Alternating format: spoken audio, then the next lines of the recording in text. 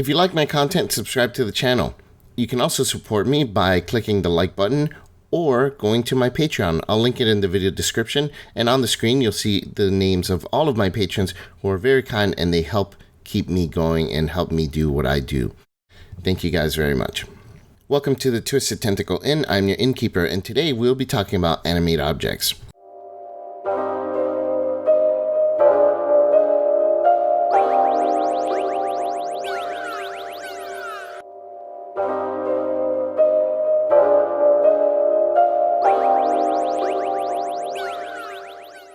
I talked about this spell in my Sorcerer series, but I think it's a popular enough spell that I need to make a separate video for it, especially for those people who aren't interested in watching my Sorcerer series.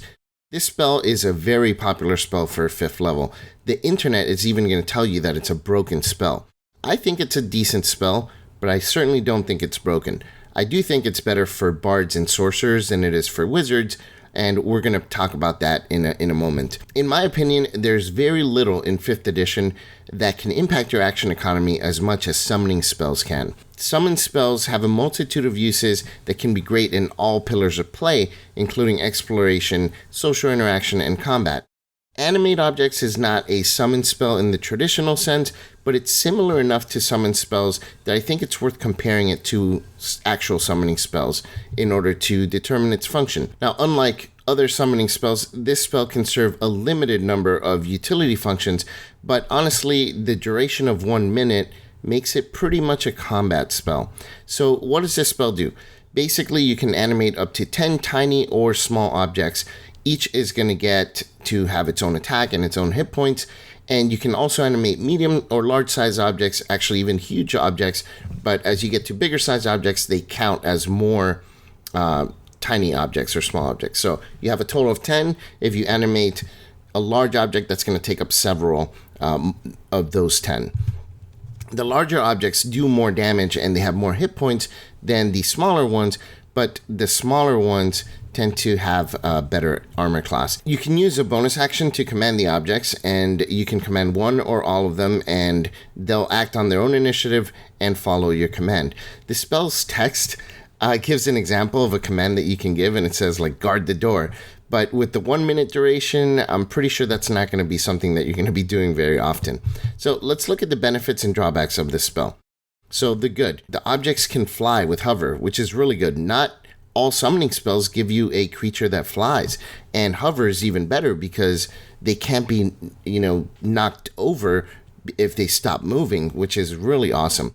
Flying is something that is extremely impactful at all levels of play, and at higher levels you're going to be fighting a lot more creatures that fly and such, so it's really nice to have a bunch of little creatures that can actually follow and follow suit. Now, if you animate a chair or something, it's not going to be able to fly because the spell says if the objects have lower appendages, like a chair, they're not going to get the fly speed. They'll just get a regular movement speed. The objects also have a good amount of hit points. So the tiny objects have like 20 hit points, which is not bad. And the bigger objects get really high, up to like 80 hit points. And you're getting several of these objects. So the hit points are really good on these. The creatures also have great damage output. If you're able to get 10 creatures out of your casting, then you're going to get 10 attacks, each doing a decent amount of damage. So it's going to add up pretty quickly. And the other benefit is you can have multiple objects in play, which is a really huge boost to action economy. Again, a lot of summoning spells get you one creature or maybe just a few, whereas this one, you can have up to 10 creatures. That is a lot. It can slow down gameplay, but if you can get them out, action economy-wise in a combat, nothing beats having an additional 10 allies on the board that can move around and take hits or attack and deal damage, or even distract other enemies that might be otherwise attacking your group. Now, what are some of the things that this spell doesn't do so well?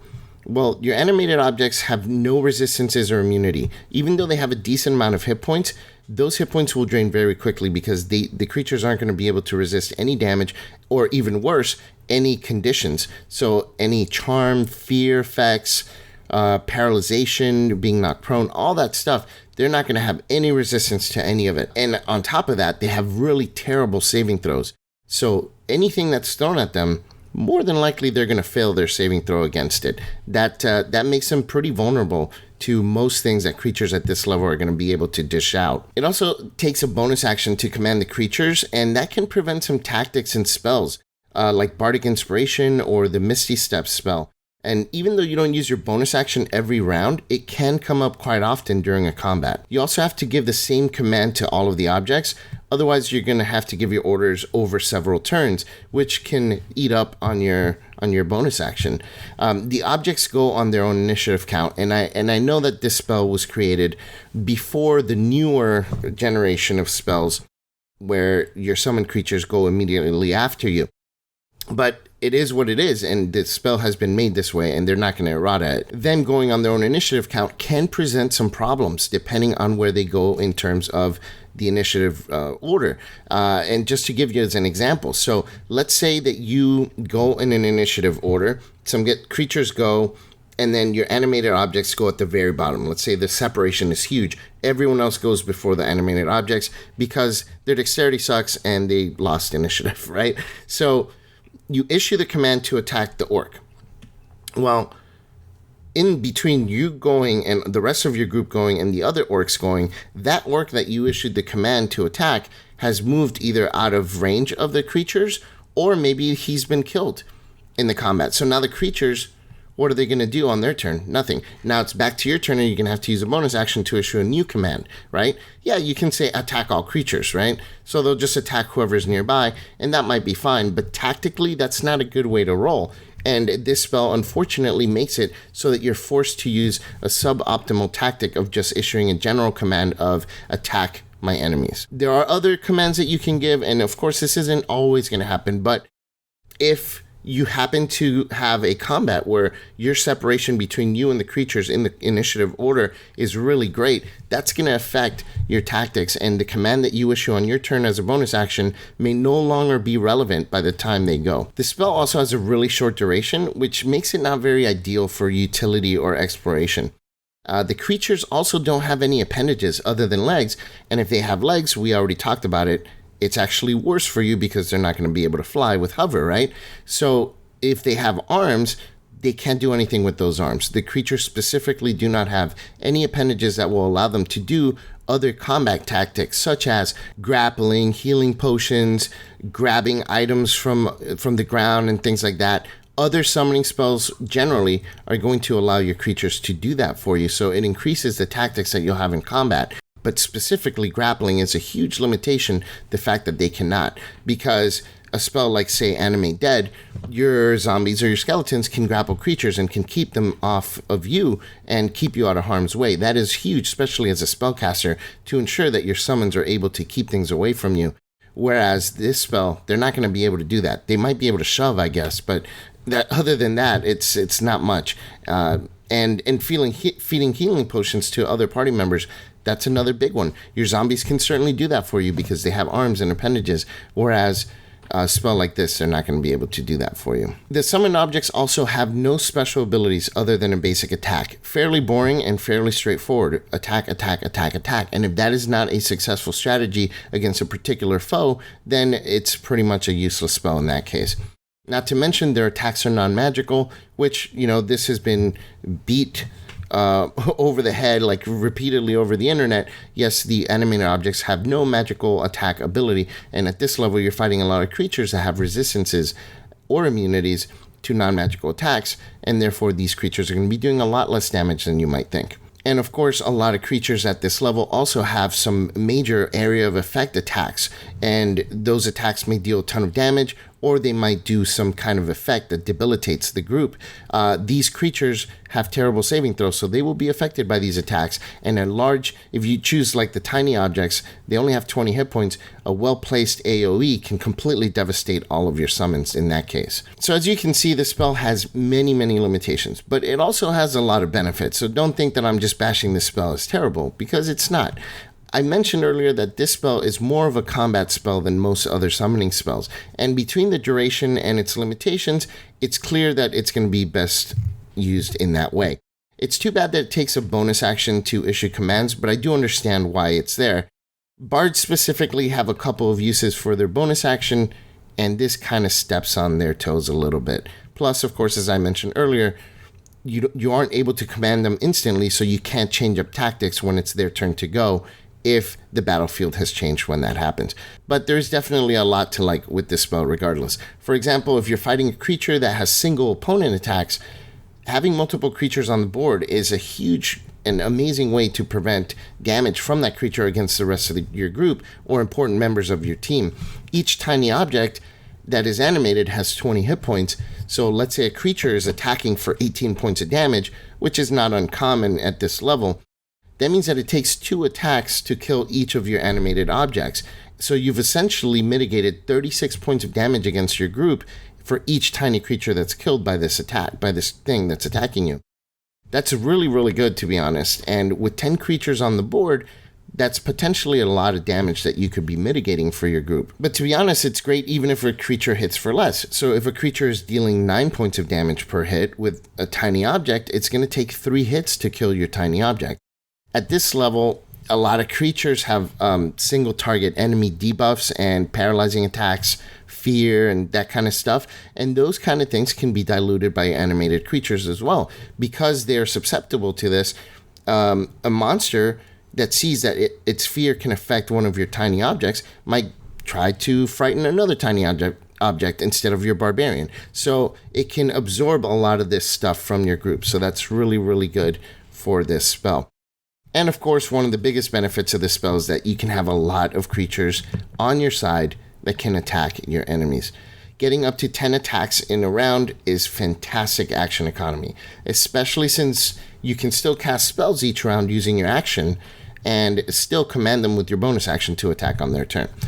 I recommend going with the bigger, tougher animated objects when you're battling creatures that have area of effect attacks, and then summoning a bunch of tiny or small objects in pretty much any other type of combat. You can upcast this spell, but it doesn't really scale that well at all, to be honest. Between higher level creatures becoming increasingly more resistant to non-magical attacks, and also being capable of annihilating all of them like flies with some well-placed area of effect, this spell is pretty tolerable at higher levels if you were to upcast it to, say, 6th or 7th level spell, or even 8th or 9th. Adding 2 additional objects per level is just not that impactful. For exploration, unfortunately, this spell is not as useful.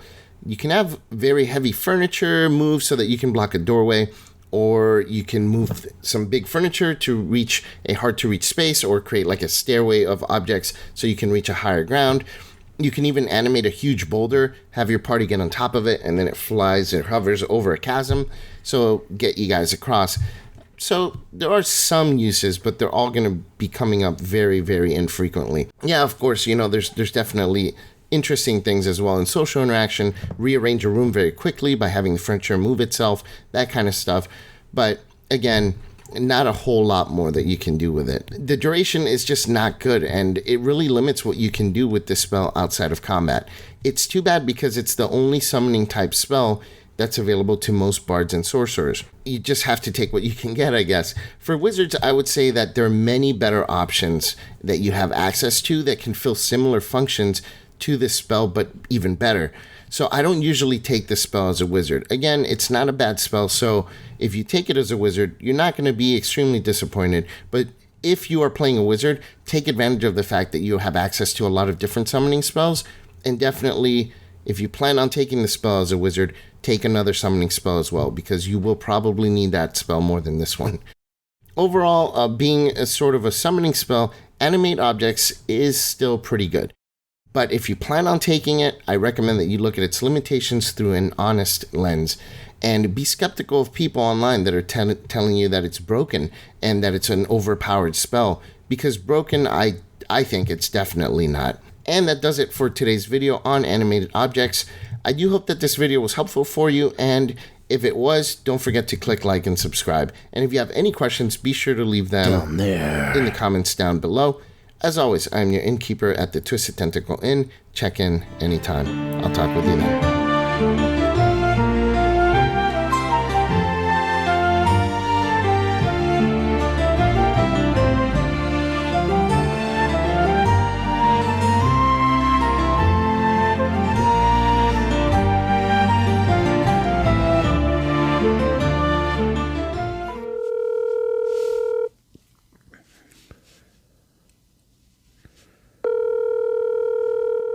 Twisted Tentacle Inn. How may I provide you with professional customer service today? Oh, yes, honey. I was looking to book a room for 2 and 3 cats. And 3 delicious fat cats, you say? For what day did you need this? A week from today. Thank you, sweetie.